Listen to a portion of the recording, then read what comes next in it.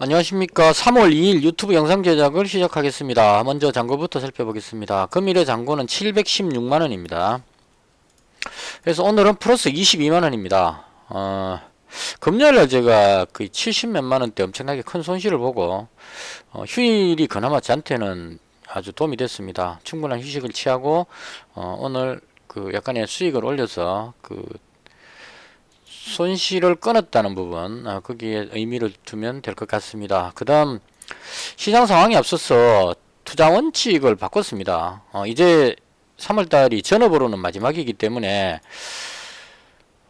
그냥 느긋한 마음으로 여유롭게 이렇게 끌려가듯이 가고 싶지는 않습니다. 죽더라도 제가 생각한 생각대로 소신껏 베팅을 하고 최선을 다해보겠다, 이런 마음으로 투자 원칙을 변경했습니다. 일단 오버는 웬만하면 줄일 생각입니다. 보유를 하고 넘어오니까 시장 상황이 너무 급변해서 그 가지고 있는 종목 때문에 발목이 잡혀서 판단을 잘 못하게 되는 그런 상황이 생기는 것 같아요. 그래서 가능하면 종목 보유는 최소로 하거나 아니면 현금을 가지고 출발하는 쪽으로 그렇게 할 생각입니다. 그 다음 아침에 장 시작하고 나서 당일에 강한 테마를 먼저 찾겠습니다. 보통 한 9시에서 한 9시 20분 혹은 9시 30분 정도, 한 30분 정도 쭉 그 강한 종목들을 모아보면 그 중에 어떤 규칙성이 생기거든요. 그래서 그 강한 테마를 찾은 다음에 뉴스를 찾아보고 이게 정말 강한 것이 맞는지 뉴스에 대한 분석을 한 다음에 그 다음 상승 가능성이 있는 테마다 싶으면 그때 매매를 할 생각입니다. 매수할 때는 반드시 대장주 매수를 원칙으로 하겠습니다. 그러니까 그 테마에서 여러 종목들이 있을 때 보통 한 종목이 20 몇 프로, 25% 올라가, 한 20% 올라가 있고 다른 종목이 10% 올라가 있으면 이 본능적으로 10%짜리를 사고 싶어집니다. 사보여서. 근데 실제로 보면 20%간 놈이 상한가를 들어갑니다. 그래서 반드시 대장주 제일 강한 놈을 매수하겠다, 이렇게 정했고요. 그 다음 배팅은 한 종목에 200만원 배팅을 할 생각입니다. 그래서 만약 현금을 가지고 시작했다면 괜찮은 종목이 나오면 200만원 확 질러서 그걸 가지고 승부를 보겠습니다. 그리고 시장이 안 좋으면 그냥 가만히 지켜보면서 관망하면서 현금을 그대로 보유하는 이런 식으로 할 생각이고요. 그 다음 제가 손절은 거의 웬만하면 안 하는 편인데 이제는 손절선을 정해서 매수할 때 항상 아래쪽에 선을 그어가지고 이 선을 이탈하면 무조건 정리한다, 이런 관점으로 추가 물타기는 앞으로 이 3월 한 달 동안은 물타기는 없습니다. 무조건 그 선을 깨면 손절, 이런 쪽으로 대응을 하겠습니다.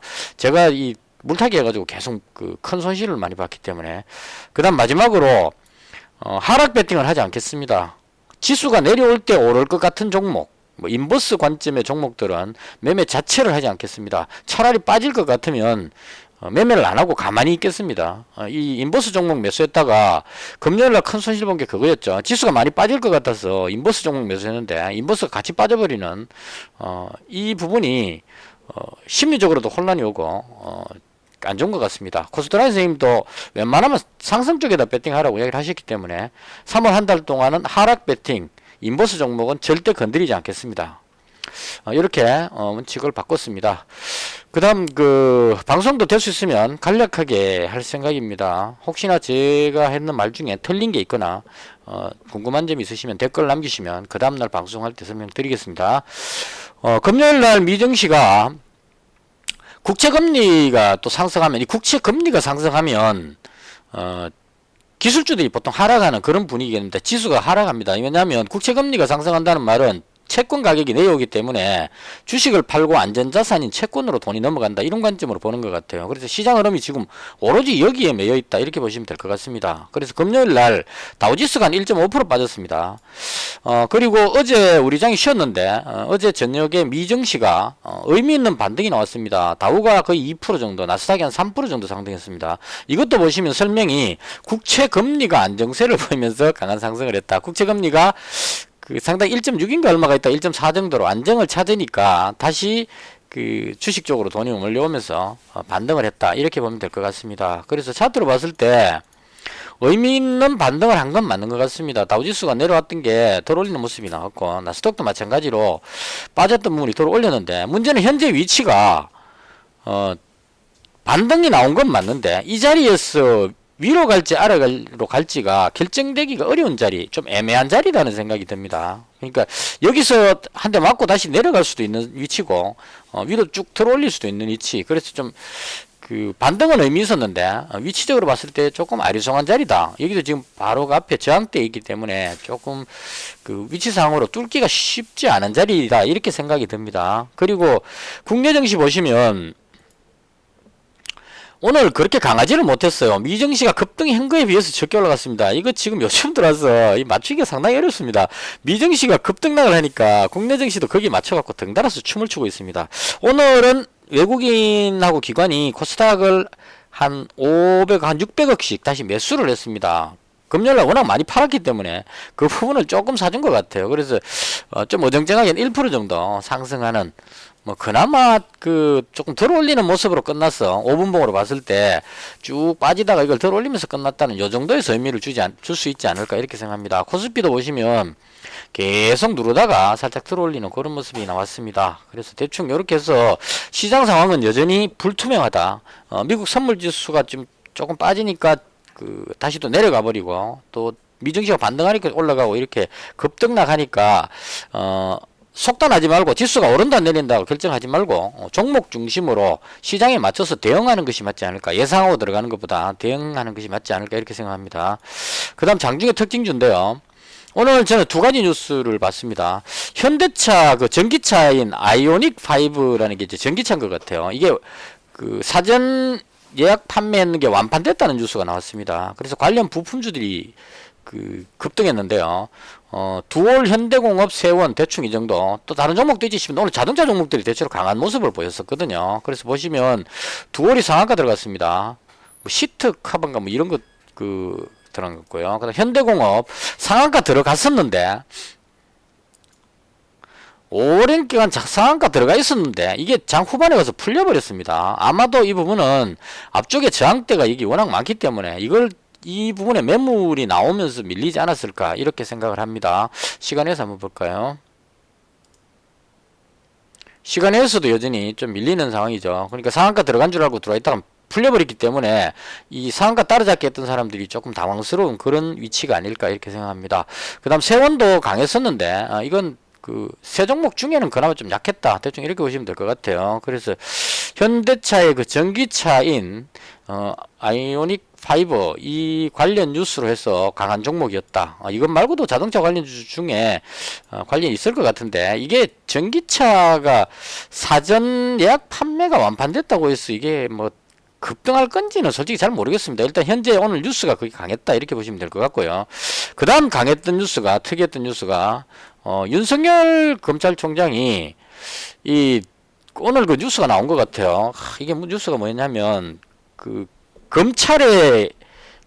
검찰의 기소권하고 수사권 이렇게 있었는데 기소권하고 수사권을 분리하는 뭐 이런 그 정책을 여당에서 만드는 것 같아요. 그래서 이렇게 됐을 경우에 검찰의 입지가 너무 좁아진다, 이런 의미로 우리가 뭐 법적인 이야기를 다루는 이게 아니죠. 주식 투자를 하는 사람이니까 윤석열 검찰총장이 직을 걸겠다, 이렇게 표현했습니다. 그러니까 검찰의 수사권 박탈을 하게 되면 헌법 정신의 파괴이기 때문에 내 직을 걸겠다, 사표 쓰겠다, 이런 얘기죠. 여기에 반응이 윤석열 관련주들이 급등하는 모습이 나왔습니다. 왜 그렇게 되느냐 하면 지금 임기가 다 돼가는 상황입니다. 다 돼가는데 지금 그 사표를 쓰게 되면 이낙연 대표도 지금 당대표직에서 물러났죠. 왜냐하면 대선에 출마하기 위해서. 요 시기에 윤석열 검찰총장이 사표를 쓰게 되면 대선 대열에 합류할 수 있다는 기대감이 생겨버리게 되는 거죠. 그래서 그 관점으로 해서 윤석열 관련주들이 움직였습니다. 이 부분은 계속 이 뉴스를 지켜보면서 판단해야 되지 않을까 싶고, 개인적으로 수사권 박탈에 대해서 여권에서 강력하게 밀어붙일 것 같습니다. 우선은 밀어붙이게 되면 윤석열 검찰총장이 사표를 던지는 수순까지도 나오지 않을까, 사표 수리되는 건 잘 모르겠지만 그런 수순으로 가지 않을까 하는 생각이 듭니다. 그래서 그렇게 됐을 경우에 윤석열 검찰총장이 대선 후보 대열에 올라서서 지금 이재명 관련주는 조금 이제 많이 올랐다는 그게 있고, 이낙연 대표는 인지도가 지금 별로 안 좋아졌어. 이미지가 안 좋아서 조금 안 좋은 분위기고, 야권에서 강력한 후보 했을 때 윤석열 검찰총장이, 왜냐면 안철수 대표도 그 서울시장으로 빠져버렸기 때문에 대선 후보로는 지금 그 윤석열 검찰총장이 상당한 파워를 형성할 수 있는 그런 상황이 된다, 이렇게 해석하는 것 같습니다. 그래서 관련주 중에 어느 게 제일 강할까 싶어서 봤는데, 오늘 대장은 덕성이 대장이었습니다. 그래서 제가 오늘 그 반드시 대장주 매수 이 공식에 따라서 무조건 대장주를 매수하자 해서 대장주를 매수했습니다.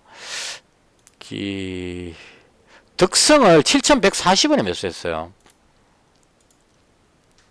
200만원치를 7,140원이니까 140원이니까 여기쯤에서 매수했습니다. 그러니까 제가 뉴스를 발견했을 때 얘가 이렇게 되고 있는 상황이었고요. 그 다음 뉴스를 생각해 보니까, 이거 사표를 쓰게 되면 대선 반열이 올라간다, 이런 이제 연결이 돼 가지고, 그래서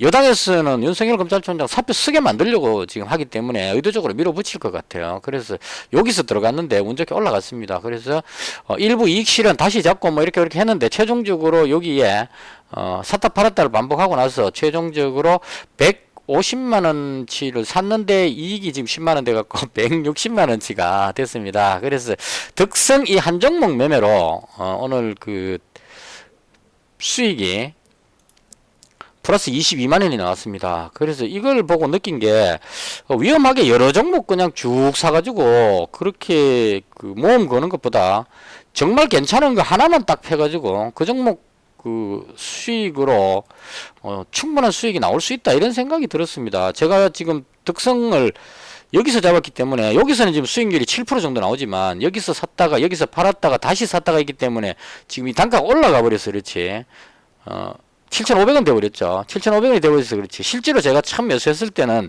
7,140원이었거든요. 그래서 이렇게 해서 잡아서 이렇게 올라가면 거의 한 10% 이상 수익이 나오는 것 같아요. 그래서 22만원 수익 나온 게 이제 10%보다 조금 더 낮자 11% 수익을 올렸다, 이렇게 보면 될 것 같습니다. 다른 거 다 빼고. 그래서 이렇게 해서 정리를 160만원 남아있는 상태고요. 그 다음 종가에 이런 생각을 했었어요. 윤석열 관련주가 좋긴 한데 덕성 차트를 딱 보니까 이게 오늘 올라온 건 좋고 대장이기 때문에 올라간다고 볼 수는 있는데, 여기 있는 이 매물, 이게 문제입니다. 마지막에 상한가 끌어올리려고 한번 시도했었어요. 쫙 당겨 올렸는데 이 앞쪽에 매물이 확 던져지니까 쭉 밀려버려가지고 두드려 맞아버렸죠. 그래서 이 부분에 매물이 워낙 많아서 이거 올라가면 또 여기서 또 부딪히죠. 그래서 대장이긴 한데 매물 수합 때문에 힘이 좀 약할 수 있겠다, 이런 생각이 들었습니다. 그래서 이것만 가지고는 조정받아 버리면 안 되니까요. 그래서 두 번째 정도 올라갈 만한 부대장 정도 될 만한 종목이 뭐가 있을까, 이건 이제 찾다가 오늘 두 번째로 강했는 게 이 서현입니다, 실제로. 근데 서현이라는 종목하고 서현 탑메탈하고 이제 두 개를 비교해 봤는데요. 올라갈 때 보시면 서현 탑이 상당히 강하게 올라갑니다. 쫙쫙. 서현은 이에 반해서 좀 약하게 올라가는 힘이, 오늘은 물론 강했지만 이건 이제 워낙 많이 빠졌기 때문에 올라간 거지, 실제로 오르는 모습을 보면 서현 탑메탈이 더 강해 보입니다. 그리고 뭐 자동차 관련주 테마도 해당이 되고 이렇기 때문에 마지막 종가에 서현 탑메탈을 일단 잡았습니다. 그래서 보시면 윤석열 관련주들이 대체로 괜찮아 보입니다. 서현 위아도 그렇고 모베이스 전자, 그리고 테마를 형성하고 한번 올라가지 않을까 하는 생각이 살짝 듭니다. 그래서 이렇게 해서 지금 보유한 종목이 덕성 160만원, 서현탄메탈 한 100만원 요 정도로 보유하고 넘어갔습니다. 그래서 이제는 뭐 어리버리하게 그냥 올라가겠지 이런 개념보다는 확실하게 내일 장에도 장 시작하고 나서 한 9시 20분까지 쭉 찾아보고 괜찮은 테마가 나오면 그쪽으로 확 실어서 들어가도록 그렇게 하겠습니다. 오늘 아주 저가형 종목들 상한가 들어갔는데요. 이게 무슨 테마에 속한 종목입니다. 이거 테마에 속한 종목인데 이게 100원짜리 종목 그거는 불안해서 이건 들어가진 않았습니다. 대충 요 정도가 제가 봤던 시장에 대한 설명입니다. 오늘 하루 수고하셨고요. 저는 내일 장 끝나고 다시 찾아뵙도록 하겠습니다. 시청해주셔서 대단히 감사합니다. 마치겠습니다.